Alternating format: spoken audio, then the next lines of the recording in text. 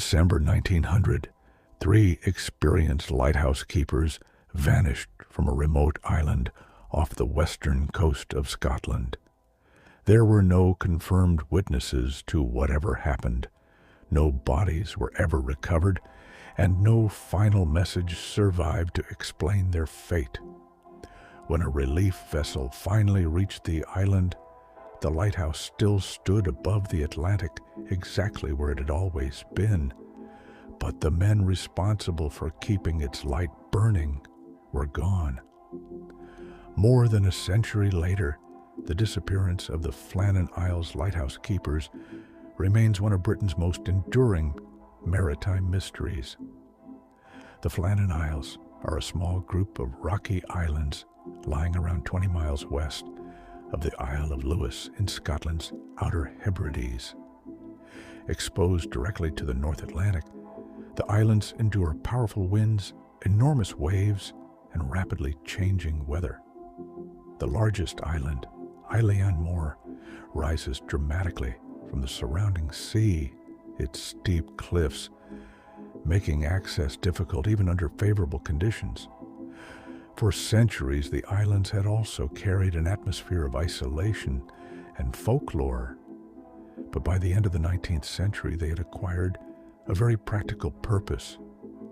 A lighthouse was constructed on Eilean Mòr and became operational in December 1899, helping ships navigate the dangerous waters surrounding the Hebrides. Maintaining the light required keepers to live on the isolated island for extended periods, separated from their families and almost completely dependent upon relief vessels for supplies and communication. It was demanding work, but the men selected for lighthouse service were accustomed to harsh conditions, strict routines, and the dangers created by the sea. In December 1900, the 3 men stationed on Eilean Mòr were Principal Keeper James Ducat, Second Assistant Thomas Marshall, and Occasional Keeper Donald McArthur, who was temporarily replacing another keeper. Ducat and Marshall were experienced lighthouse men, while McArthur was familiar with the difficult conditions of the Scottish Islands. Nothing about their assignment suggested that all 3 would soon disappear without leaving behind a confirmed explanation of what had happened. The first indication that something might be wrong came not from the island itself, but from the surrounding sea. On the night of December 15th, a passing vessel later reported that the Flannan Isles light had not been visible when it should have been operating. The report did not immediately trigger a rescue, and severe weather complicated communication and travel throughout the region. The scheduled relief vessel, the Hesperus, was itself delayed before finally setting out for Eilean Mòr after Christmas. On December 26, 1900, the Hesperus approached the island carrying replacement keeper Joseph Moore, along with supplies for the lighthouse station. Normally, the arrival of a relief vessel would bring activity to the landing. Keepers would appear to assist with unloading equipment and provisions, and preparations would begin for the change of personnel. This time, however, nobody appeared. The lighthouse station remained strangely quiet as the vessel waited offshore.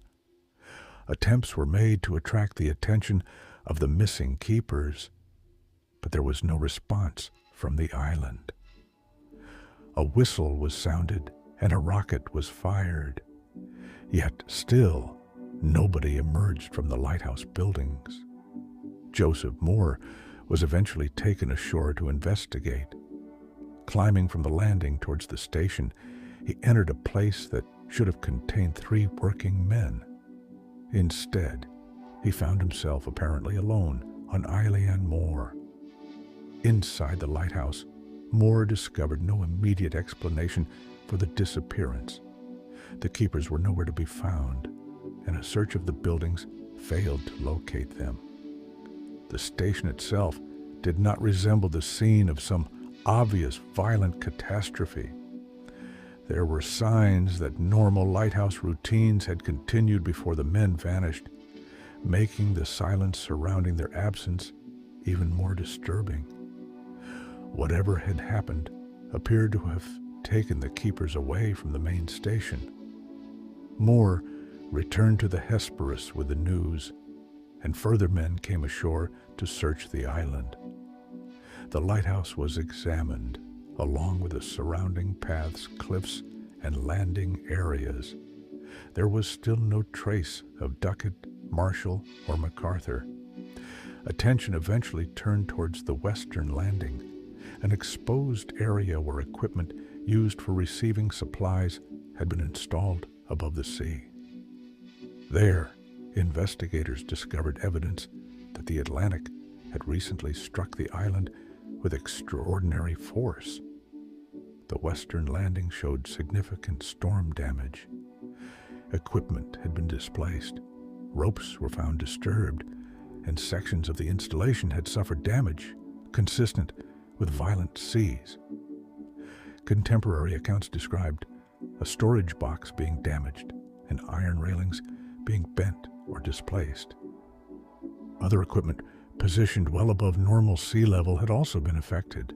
These observations provided investigators with the first physical evidence capable of suggesting where the missing men might have gone. The possibility began to emerge that at least one keeper had traveled to the western landing during dangerous conditions, perhaps to inspect or secure equipment threatened by the storm.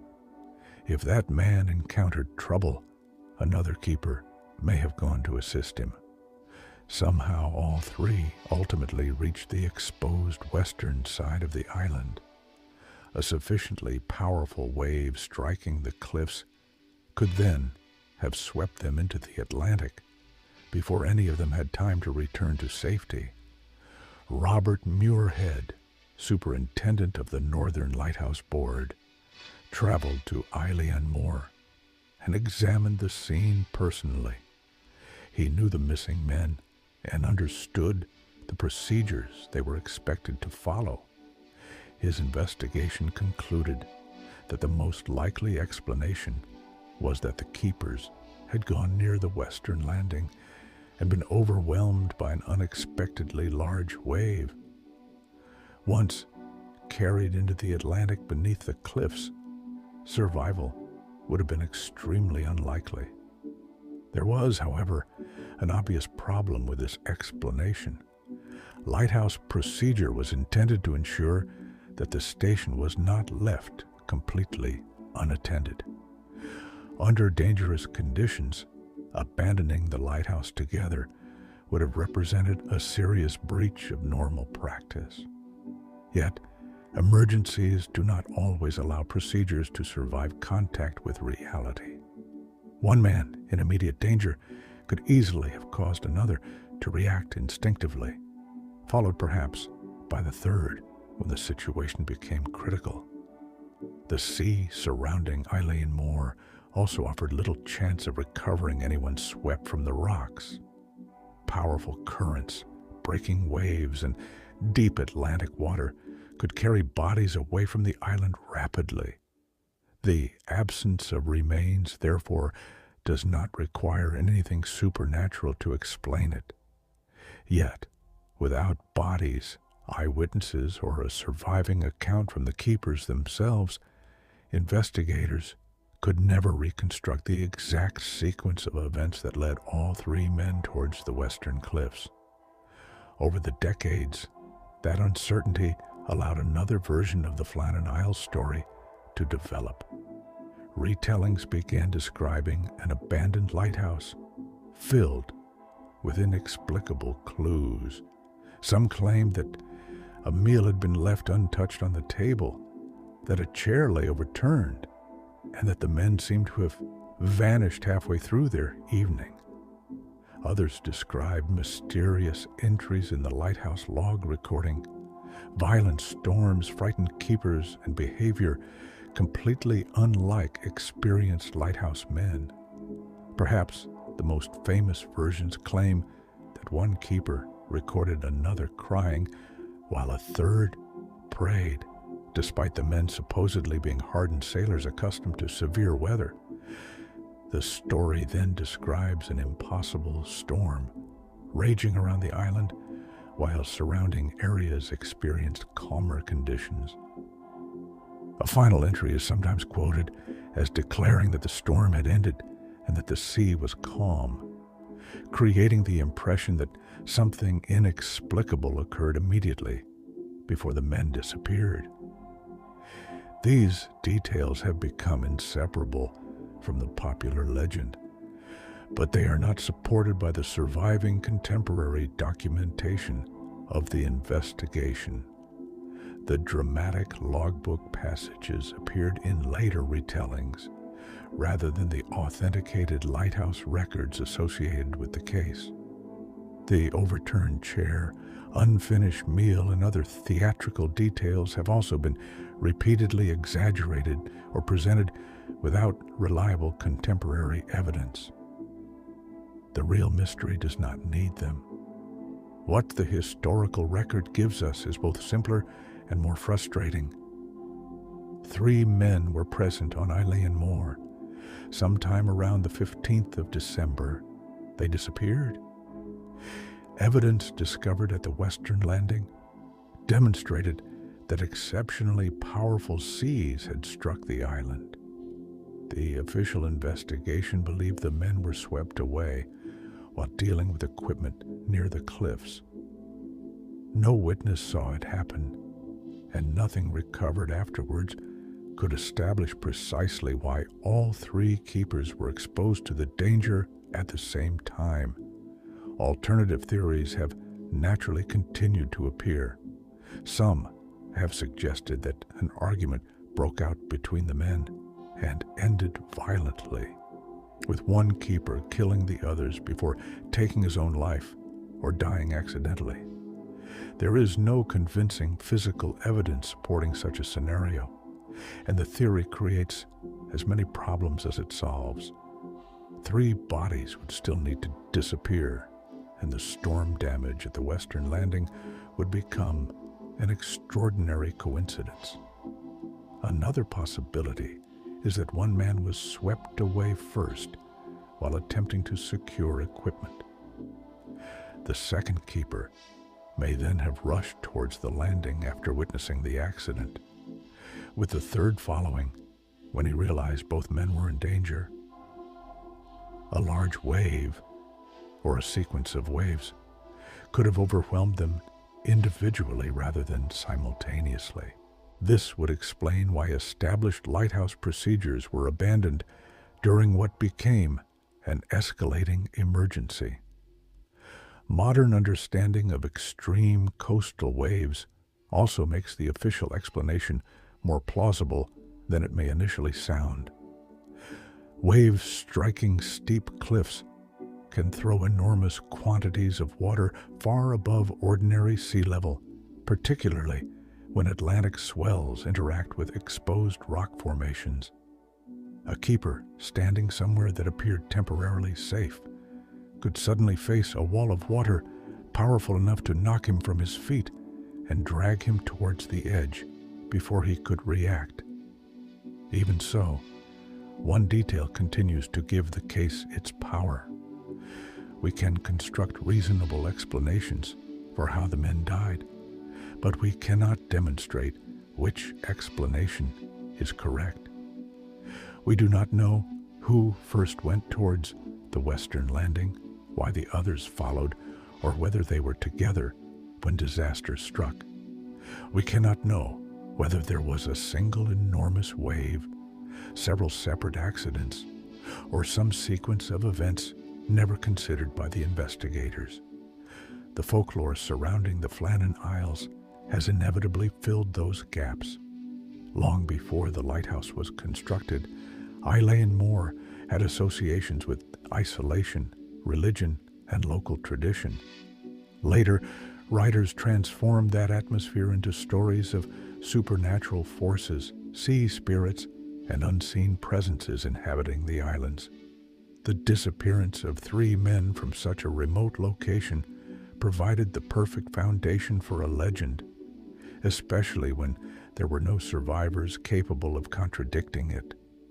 Ships continued passing the Flannan Isles after 1900, and the lighthouse continued its work, with new keepers replacing the men who had disappeared. Life returned to the station, but the unanswered questions remained. Every new generation encountered the same basic puzzle.